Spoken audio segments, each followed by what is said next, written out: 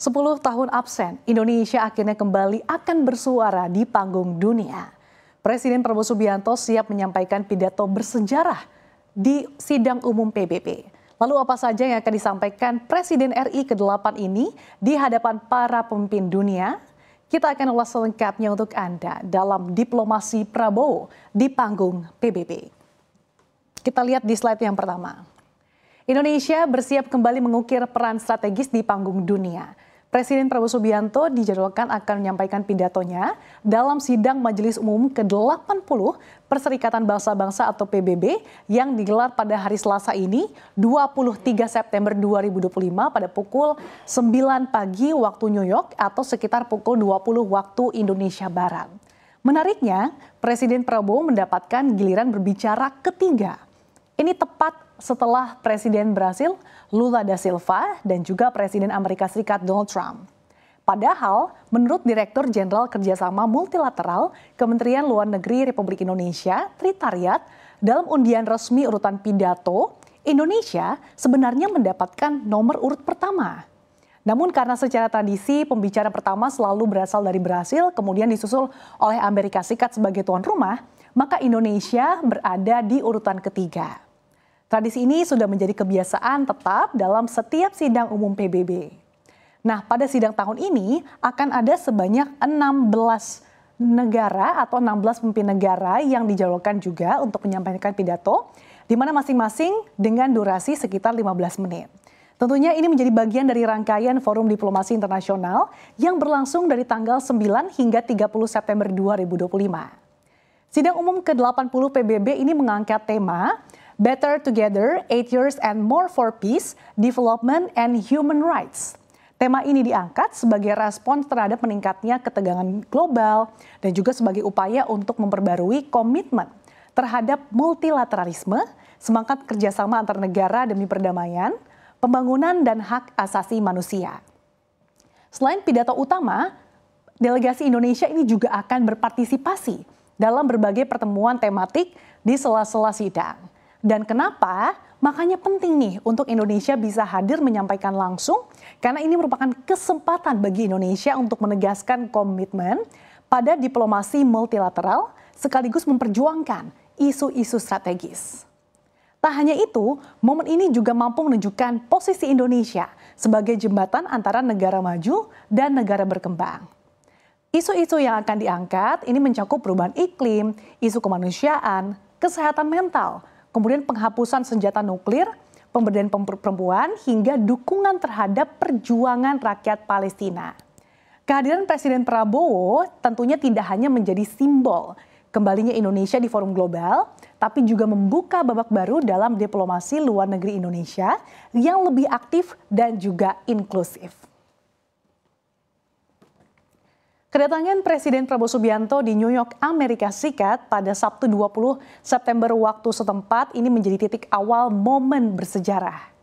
Karena kunjungan kepala negara ke Amerika Serikat kali ini bukan sekedar kunjungan ke negara biasa, melainkan menghadiri secara langsung sidang umum PBB setelah 10 tahun lamanya atau 1 dekade kehadiran Indonesia diwakili oleh Menteri Luar Negeri.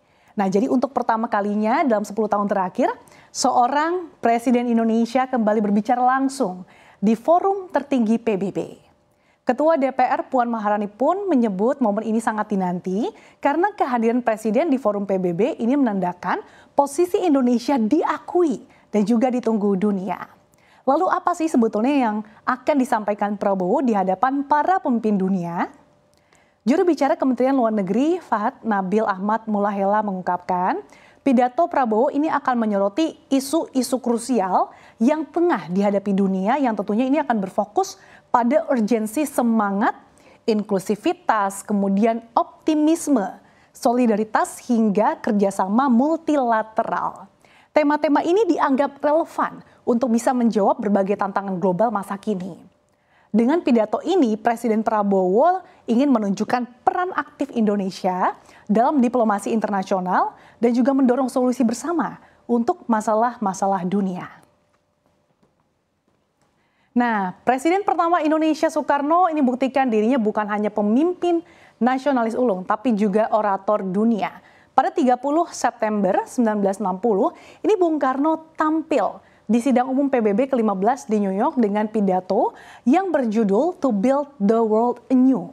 Kemudian ada juga anti-imperialisme, di mana saat itu dalam pidato yang terdokumentasi dalam teks, foto, kemudian rekaman suara dan film, ini Bung Karno menegaskan selain anti-imperialisme, ini juga mempromosikan solidaritas antar bangsa, serta memperkenalkan Pancasila sebagai ideologi alternatif bagi dunia. Nah, selain Soekarno yang pernah ke sidang umum PBB, ada juga Presiden Soeharto yang pernah berpidato sebanyak 2 kali dalam forum sidang umum PBB, yaitu sidang Majelis Umum ke-47 PBB pada 24 September tahun 1992 dan juga September tahun 1995. Kemudian pada tahun 1992, Soeharto menyampaikan yang namanya saat itu Pesan Jakarta yang baru saja dirumuskan dalam KTT ke-10 Gerakan Non-Blok di Jakarta pada 1 hingga 6 September 1992. Karena itulah pidato Soeharto di hadapan sidang Majelis Umum PBB ini tidak hanya mewakili Indonesia, tetapi juga sebanyak 108 anggota Gerakan Non-Blok atau 2/3 dari keseluruhan keanggotaan PBB pada saat itu. Berikutnya kita lihat di sini. Ada Megawati. Nah, Megawati Soekarno Putri ini sebanyak 2 kali hadir dalam sidang umum PBB, yaitu pada tahun 2001 dan juga 2003. Tentunya momen sidang umum tahun 2001 ini menjadi istimewa karena digelar hanya beberapa hari setelah adanya serangan 9/11 di Amerika Serikat. Tentunya di tengah fenomena Islamofobia yang meningkat tajam di banyak negara, terutama di Amerika Serikat dan juga Eropa, Megawati hadir sebagai perwakilan salah satu negara dengan populasi muslim terbesar di dunia.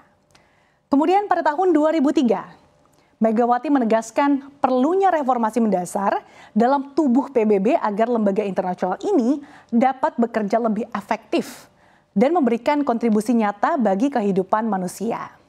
Selanjutnya, ada Susilo Bambang Yudhoyono yang tercatat aktif hadir dan berpidato dalam sejumlah sidang umum PBB sepanjang masa pemerintahannya. Kehadiran ini menegaskan bahwa peran diplomasi Indonesia di panggung global, mulai dari isu perdamaian dunia hingga krisis pangan energi. Nah, selama 10 tahun pemerintahannya, SBY ini pernah hadir langsung sebanyak 6 kali.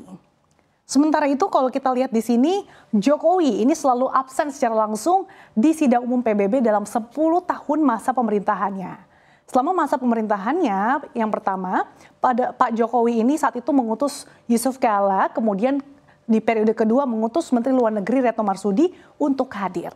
Jokowi memang pernah berpidato dalam sidang umum 2020 dan juga 2021. Tetapi saat itu ia tidak langsung berada di markas PBB di New York karena saat itu memang hadir secara virtual karena dunia saat itu telah dilanda pandemi COVID-19. Lalu bagaimana nih dengan Gus Dur dan juga B.J. Habibie? Nah, masa pemerintahan B.J. Habibie ini hanya berlangsung dari Mei 1998 hingga Oktober 1999. Jadi masa pemerintahannya ini sangat singkat dan juga belum stabilnya situasi politik yang membuat B.J. Habibie ini jarang berpergian ke luar negeri dan juga absen dalam sidang umum PBB. Sementara itu Abdurrahman Wahid atau Gus Dur ini pernah menghadiri sidang Majelis Umum PBB pada September 2000, tetapi pada saat itu ia tidak berpidato. Perserikatan Bangsa-Bangsa atau PBB ini kan merupakan organisasi internasional yang memang menjadi wadah kerjasama hampir seluruh negara di dunia. Indonesia pun ini sudah menjadi anggota sejak tahun 1950. Namun ada fakta unik nih yang jarang diketahui, yaitu Indonesia merupakan satu-satunya negara di dunia yang pernah keluar dari PBB dan kemudian kembali menjadi anggota. Apa alasannya? Kita lihat di slide berikutnya. Indonesia sudah menjadi anggota PBB tepatnya sejak 28 September tahun 1950 dan menjadi anggota ke-60. Keputusan Indonesia keluar dari PBB diumumkan oleh Presiden Soekarno pada 7 Januari 1965. Nah, langkah ini diambil sebagai bentuk protes terhadap keputusan PBB atas terpilihnya Malaysia sebagai anggota tidak tetap Dewan Keamanan PBB. Pada masa itu, hubungan Indonesia-Malaysia ini sedang manas karena kebijakan konfrontasi. Saat itu, Soekarno menilai PBB bersikap tidak adil sehingga Indonesia memilih meninggalkan organisasi tersebut. Nah, sebagai gantinya saat itu Soekarno bahkan menggagas pembentukan organisasi tandingan yang bernama CONEVO atau Conference of the New Emerging Forces yang ditujukan untuk menghimpun kekuatan negara-negara baru yang sedang berkembang. Tapi keputusan Indonesia keluar dari PBB ternyata tidak bertahan lama. Setelah perubahan situasi politik dalam negeri pada tahun 1965 sampai 1966, pemerintahan di bawah pimpinan Presiden Soeharto ini kemudian memutuskan untuk kembali ke PBB.